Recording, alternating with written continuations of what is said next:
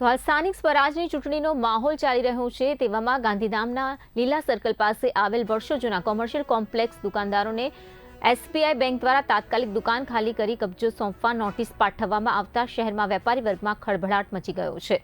સમગ્ર બાબતની વાત કરવામાં આવે તો 1985 થી પાઘડી હકે તે સમયે આ કોમ્પ્લેક્સની દુકાનો વેચવામાં આવી હતી, જેમાં એક પછી એક 3 માલિકો બદલાતા આખરી કબજો ધરાવતા સંજય રાય નામના વ્યક્તિ ડિફોલ્ટર થતા તેમની તમામ પ્રોપર્ટીઓ એસબીઆઈ બેંકને ઓક્શનમાં મુકાતા આ પ્રોપર્ટી ખરીદનાર સાથે રાખવામાં આવ્યા હતા અને પોલીસ પ્રોટેક્શન સાથે કબજો કરવા દુકાનો પર પહોંચ્યા હતા, જેનો વિરોધ દુકાનધારકો તેમજ વેપારી એસોસિએશન દ્વારા કરવામાં આવ્યો હતો।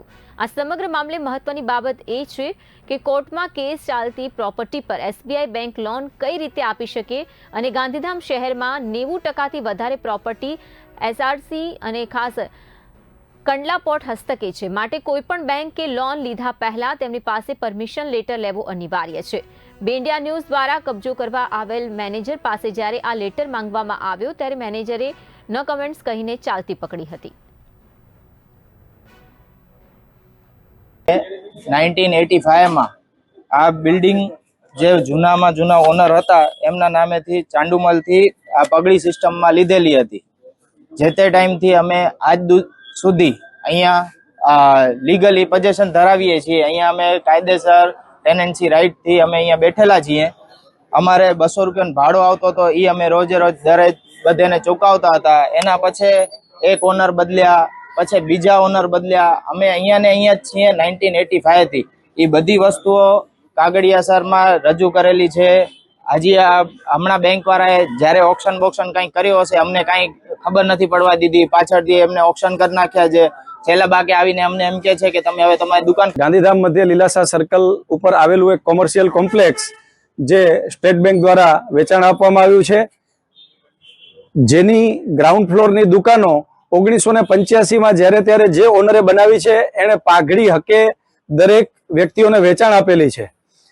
ત્યારબાદ જે તે વ્યક્તિઓએ જે વેચાણો કર્યા છે એમાં પણ ટેનન્ટ રાઇટ સાથે જ વેચાણ આપવામાં આવ્યું છે અને હાલે બેંકને જે વ્યક્તિ પાસે આના ઓનર્સ રાઇટ છે એ ડિફોલ્ટર થતા બેંકે આ પ્રોપર્ટી વેચી દીધેલ છે। તો જ્યારે ત્યારે જે પરિસ્થિતિમાં છે એ પરિસ્થિતિમાં વેચાણ આપેલ છે, છતાં પણ સ્ટેટ બેંક ઓફ ઇન્ડિયા અને લેનાર વ્યક્તિને સાથે રાખી પોલીસને સાથે લાવી અને દબાણ ઊભું કરી અને વર્ષોથી 1986 થી જે લોકો પોતાને દુકાન વેચાણ લઈ અને પોતાનો રોટલો રડે છે એવા લોકોને રોડ ઉપર લઈ આવવા માટેનું આ લોકો કારસ્તાન કરી રહ્યા છે। કાયદેસર ગાંધીધામ કંડલા સંકુલ લીઝ હોલ્ડ લેન્ડ છે। કોઈ પણ બેંકે લોન આપતા પહેલા એસઆરસી અને એસબીઆઈ બેંક દ્વારા કબજો કરવામાં લેવામાં આવે છે દુકાન માટે વેપારી એસોસિએશન સાથે શું કહેશો? જય હિન્દ, જય ભારત માતા કી।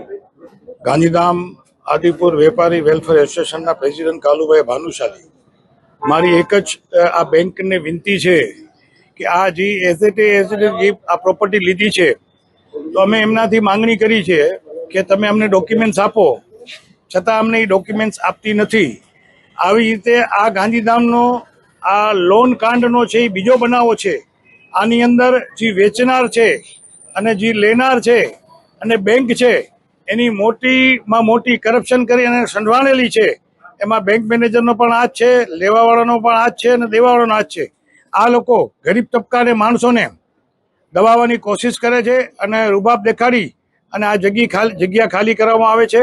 તો મારી વિનંતી છે કે અમે વેપારી એસોસિએશન આપ સૌને વિનંતી કરી છે કે આમાં નિર્ણય નહીં આવે ત્યાં સુધી કોઈ કાર્યવાહી કરવા ના આવે, નક્કર ઉગ્ર આંદોલન ગાંધીધામ આદિપુર ભારતનગરની બજારો બંધ કરવામાં આવશે।